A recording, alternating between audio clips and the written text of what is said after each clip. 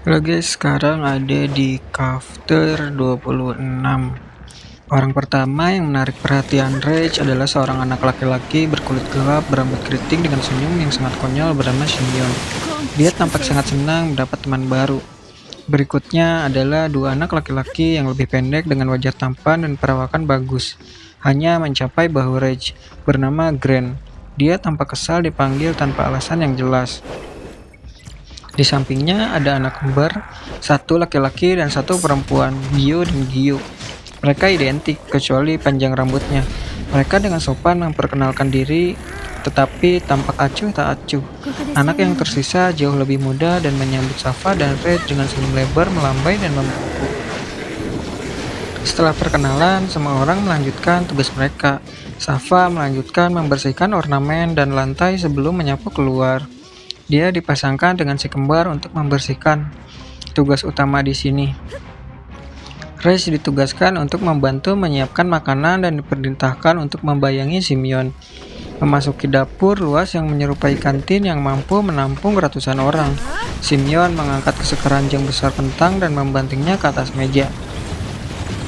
Baiklah, ikuti aku dan ikuti petunjukku, dan menurutku kamu akan bisa menguasainya. Simeon menyeringai. Mereka mencuci kentang, membuang akar-akar tertentu dengan pisau, mengupasnya dan melemparkannya ke keranjang lain. Simeon mengamati Rage dengan cermat dan agak terkejut. Astaga, kamu mengupas kentang itu lebih baik dari aku. Bagaimana kamu bisa belajar menggunakan pisau dengan baik? Simeon bertanya. Aku tinggal sendirian selama beberapa waktu dan belajar memasak sendiri. Aku sudah melakukan ini sejak lama, jawab Rage. Lama sekali, bukankah kamu seusiaku? Apakah kamu mengupas kentang sejak berumur 3 tahun atau lebih? Simeon bercanda sambil melanjutkan pekerjaannya. Rage menjawab secara otomatis dan menyadari bahwa dia mungkin mengungkapkan terlalu banyak. Anak-anak tidak menyadari latar belakangnya, tetapi sebagai anak-anak, mereka pasti akan menanyakan segala macam pertanyaan. Saat ini, Rage seharusnya tinggal bersama keluarganya, tidak sendirian. Dia perlu memastikan ceritanya tetap konsisten. Kamu pasti mengalami masa yang sulit juga ya. Jangan khawatir, semua orang di sini pernah menjalani kehidupan yang sulit. Tapi jangan terlalu stres, kita berada di tempat yang baik. Simeon meyakinkannya. Rich ingat, Sony menyebutkan mereka aman di sini, semua berkat Pak Kron. Apakah karena Tuan Kron, apakah dia juga seorang pejuang Pagna? Rich bertanya. Ingin mengukur lingkungan sekitarnya dan potensi ancamannya. Dengan kekuatannya saat ini, dia mungkin bahkan tidak bisa mengalahkan prajurit peringkat 1. Simeon terkekeh. Aku kira Anda belum mendengarnya. Kamu baru saja tiba. Dia melihat sekeliling untuk memastikan tidak ada yang menguping. Rumor mengatakan bahwa Tuan Kron dulu mengajar di Akademi Pagna. Akademi Pagna. Rage mengangkat alisnya. Sony tidak pernah menyebutkannya, tapi itu masuk akal karena Rage pada awalnya bukanlah seorang pejuang. Simeon begitu terkejut hingga menjatuhkan kentang yang sedang dikupasnya. Sebelum menyentuh tanah, ia menendangnya kembali, menangkapnya meski kini sudah tertutup tanah. Batu apa yang selama ini kamu tinggali? Bagaimana kamu tidak tahu tentang akademi? Tanya Simeon.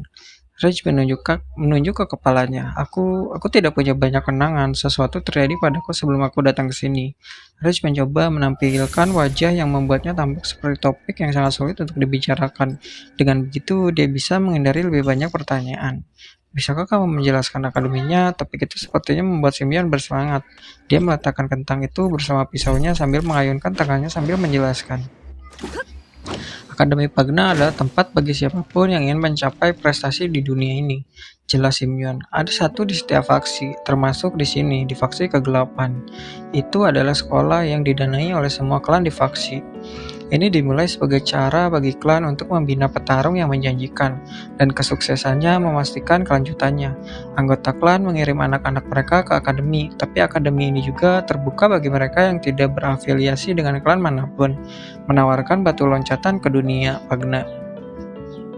Setelah lulus, klan lain akan dengan bersemangat merekrutmu. Bergabung dengan akademi tidak wajib untuk menjadi Pagna, tapi bagi orang-orang seperti kita tanpa klan atau akses terhadap teknik dan keterampilan budaya, itulah satu-satunya jalan untuk menjadi seorang pejuang.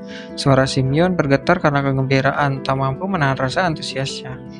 Penyebutan Akademi Pagna mengingatkan Reg pada Akademi Mage. Meskipun dia diberitahu bahwa dia tidak memiliki bakat magis, dia akhirnya membuktikan bahwa semua orang salah. Dia bahkan mendapatkan posisi terhormat di Akademi Sihir, meski tidak pernah menjadi murid. Itu adalah kenangan yang tak ingin kuingat lagi, pikir Reg. Namun, tidak sembarang orang bisa bergabung dengan akademi. Kamu setidaknya harus mampu mengembangkan ki dan kamu menunjukkan keterampilan dasar peringkat 1 hingga standar tertentu. Banyak istilah asing yang digunakan, ki, keterampilan dasar, tetapi Reg ragu Simeon bisa menjelaskan secara memadai. Ia menemukan penjelasan tertulis di buku lebih mudah dipahami.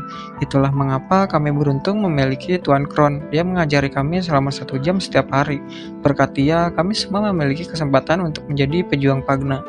Reg memeriksa tangannya saat dia mengepalkannya. Dia telah menyakiti banyak orang dengan sihirnya, tapi pernahkah dia melukai seseorang secara fisik?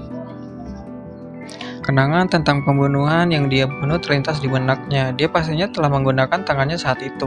Tidak ada keraguan tentang hal itu. Kukira dia yang pertama. Aku ingin tahu apakah tubuh ini mampu melakukan keterampilan seni bela diri ini. Kukira aku akan mengetahuinya hari ini. Awal budidaya, kelompok tersebut bersenang-senang, berbagai makanan, dan kemudian melanjutkan beberapa tugas seperti menanam tanaman di pertanian terdekat dan membantu berbagai tugas di sana-sini. Meskipun Tuan Kron memberi mereka banyak pekerjaan itu tidak pernah terasa seperti pekerjaan berat karena dia berhati-hati untuk tidak membebani siapapun secara berlebihan.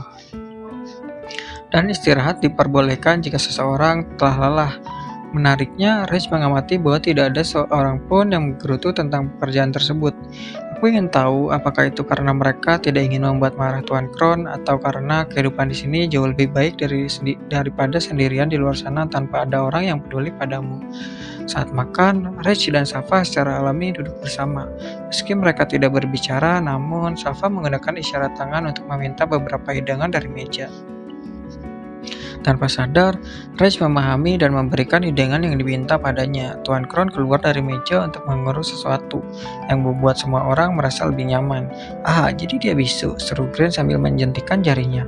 Aku bertanya-tanya mengapa dia begitu pendiam. Aku pikir dia punya masalah mental, tapi dia hanya bisu. Itu bagus untuk seorang istri karena dia tidak bisa membalas. Hai, itu tidak keren kawan, sela Simeon. Melirik sekilas ke arah Reg untuk mengukur reaksinya terhadap komentar tentang kerabatnya. Kami semua tinggal di sini, jadi kami seperti keluarga. Apakah kamu akan mengatakan hal yang sama tentang keluargamu? Kami bukan keluarga, balas Gren segera, seolah tersinggung dengan anggapan itu. Kamu berkulit gelap, aku berkulit terang, bahkan gadis cacat pun tahu kami bukan keluarga. Reg terus makan, merasakan gelombang kegelisahan, tapi rasanya asing, seolah-olah itu bukan emosi melainkan sesuatu yang lain yang bergejolak di dalam. Dia memperhatikan tangan Simeon yang terkepal. Tidak mengherankan karena Gren dikenal menjengkelkan dan biasanya melontarkan pertanyaan seperti itu saat Pak Kron tidak ada. Ruangan menjadi sunyi ketika Tuan Kron kembali. Setelah kamu selesai makan, istirahatlah untuk mencernanya. Lalu temui aku di halaman utama berlatih, perintah Pak Kron. Semua anak, bahkan yang bungsu, bergembira mendengar pengumuman tersebut. Bahkan ada yang mengangkat tangan kegirangan. Kukira bahkan anak-anak kecil pun antusias mempelajari seni bela diri.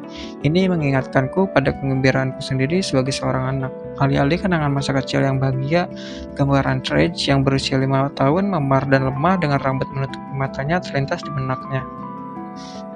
Tetap fokus pada tujuan, dia mengingatkan dirinya sendiri. Setelah beristirahat sejenak, semua orang berkumpul di halaman luas di depan gedung utama yang cukup luas untuk memiliki lintasan dan rintangan sendiri.